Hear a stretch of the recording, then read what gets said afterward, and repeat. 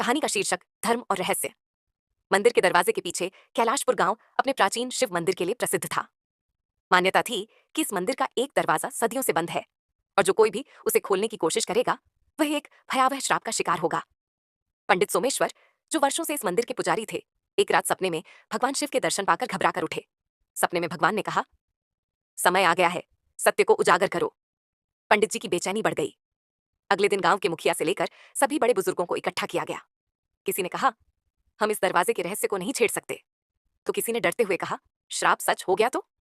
लेकिन गांव के ही एक युवा अर्जुन, जो विज्ञान और तर्क में विश्वास करता था, बोला, सच से डर कैसा, हमें इस दरवाजे के पीछे की सच्चाई जाननी होगी। अगले दिन सूर्यास्त के बाद अर्जुन, पंडित सोमेश्वर और कुछ गांव वाले मंदिर पहुंचे। हवा में एक अजीब सा सन्नाटा था। दरवाजे के पास पहुंचते ही वहां जमी धूल उड़ने लगी, जैसे कोई अदृश्य शक्ति जाग रही हो।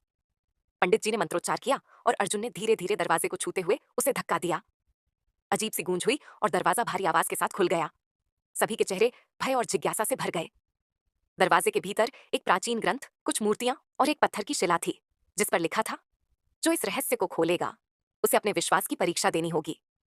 और तभी अचानक एक गहरी आवाज आई, तुमने इसे खोलकर साहस दिखाया, लेकिन क्या तुम सच का सामना कर सकते हो? अर्जुन और पंडित जी ने देखा, वहां एक ध्यानमग्न साधु की मूर्ति थी।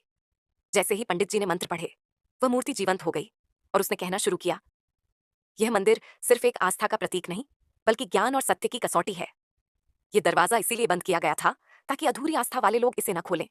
जो भी इसे खोलेगा उसे अपने भीतर की सच्चाई को स्वीकार करना होगा। अर्जुन ने घबराते हुए पूछा, मैं क्या करूं?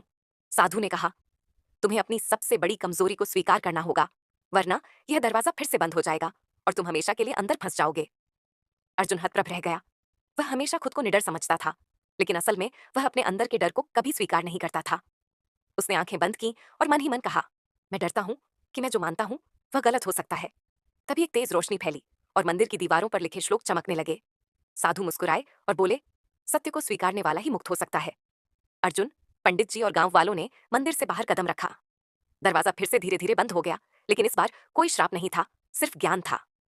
पंडित सोमेश्वर बोले, धर्म सिर्फ परंपरा नहीं, बल्कि सत्य की खोज भी है। अर्जुन ने सिर झुका लिया। उसे एहसास हो गया था कि सच्चा ज्ञान डर से नहीं, बल्कि सत्य को स्वीकारने से आता है। गांव वालों के लिए यह मंदिर अब पहले से भी ज्यादा पवित्र हो गया था, न सिर्फ आस्था के लिए, बल्कि आत्मज्ञान की तलाश के लिए भी। दोस्तों, यह कहानी कैसी लगी? कमेंट में जरूर लिखें।